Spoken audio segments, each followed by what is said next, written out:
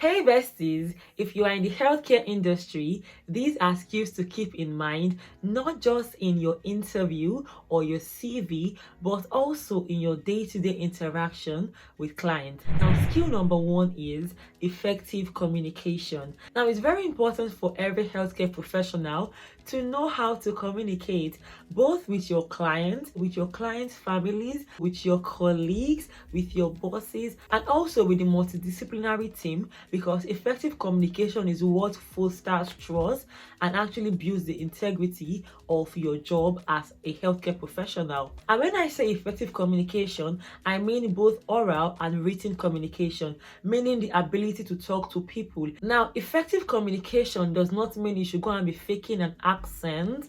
Hello, and this is something that I absolutely detest. When maybe I see a Nigerian trying to imitate the British accent, I'm like, girls, and I have very strong opinions about it, because there is no reason why you cannot speak with your normal accent and be understood. Because when you are imitating the British accent in your quest to communicate, what you're doing is actually giving low self-esteem, is giving inferiority complex, because you are telling them indirectly that your Nigerian accent is not good enough, but you have to imitate. And that is definitely not something I'm a fan of, because I believe you can conveniently communicate with your natural accent. And lots of people that do this will say, oh, they are doing it because that's the way their clients will understand them. That's a big lie, because so far you are speaking English, I tell you, they understand. Some people can be funny, but that's because there are people like you enabling them being funny, because you don't find them trying to change their accent for them to understand you, but it is you that want to change your accent. Okay, Ada, calm down. Let me calm down, because I don't like that thing at all. So effective communication should mean you should be able to communicate the way I'm talking to you, the way I talk to my clients, and they understand. So that's the first skill. I can't believe I literally went on a tangent there. But yeah, to show you how strongly I feel about this thing. But if you decide to imitate a British accent, at the very least, do it well. Imitate it well. Stop doing in it up and down. It is so fake. Number two, second skill, empathy and compassion. This is something that is relevant in the healthcare industry. And in this, I need to explain that empathy is different from sympathy. We are not saying go and feel sorry for your clients. We are saying care about their feelings, be empathetic, be compassionate, show genuine concern. Now, third skill is patience and resilience. I've mixed them together. Patience, because in a healthcare setting, you need a lot of patience, because a lot of things will try you. A lot of things will test you. And also you need resilience to cope, because if any small thing you are shaking, you may not be able to excel well as a healthcare professional, because there would always be things to happen. Like, the setting is very fast paced, and you need to have that patience first, and also resilience in case anything goes wrong whilst you are on shift. Now, the fourth skill to demonstrate is attention to detail. Now, you have to be careful with everything you do. If you are administering medications, you have to ensure that you are paying attention to detail, because one mistake can literally cost someone their life. It is that deep. Now, this does not mean you are not prone to making mistakes, because you are human and you most likely would make mistakes, and that's okay. When you've made any mistake, it's important for you to be the one to make it clear what happened, so that you can learn from that mistake. But if you try to cover up the mistake, you would most likely get caught, and it will just result in something worse than you may have imagined. You can minimize the mistakes you would ever make by being observant, being careful, being very meticulous, as against doing everything in a rushed manner.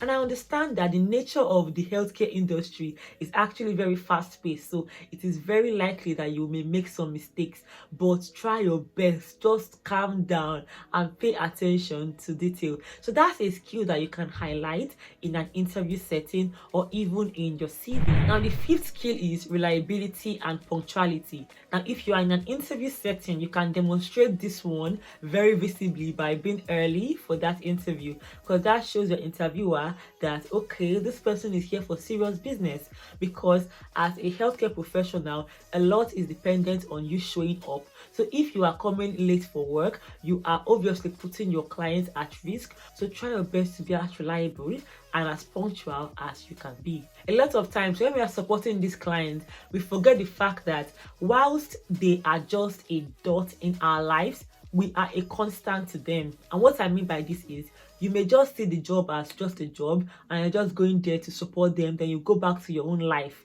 But that is their own life. So in their life, they are seeing you. So it's important that they have that stability. Most of them would have routines.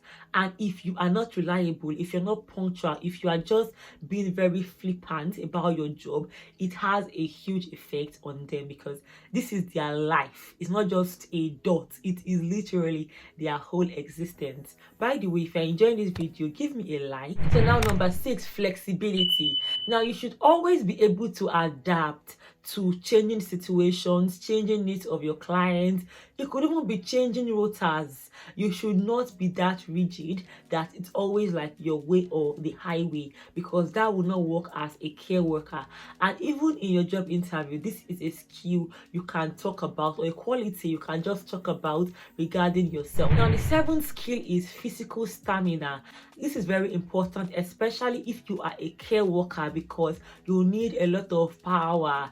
That's something that made me quit being a care worker, because it was having a huge effect on my back.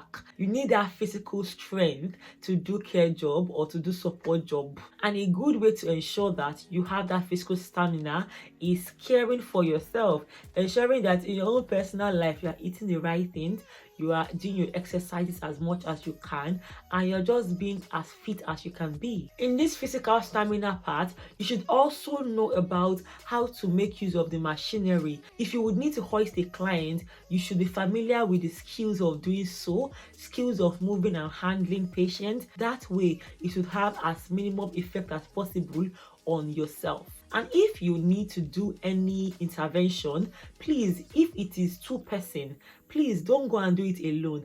There are lots of people that have gotten into trouble just because they did interventions with people that needed like 2-to-1. When they say a client needs 2-to-1, that means 2 workers with the client. But if you just go there because maybe you feel you have so much power or there's no time, you may go there and get into trouble. So that is something to also consider regarding your physical stamina. 8th skill is problem solving skill. As a healthcare professional, you should be a problem solver. You should be a quick thinker. Even in an emergency situation, you should have answers to some unforeseen circumstances.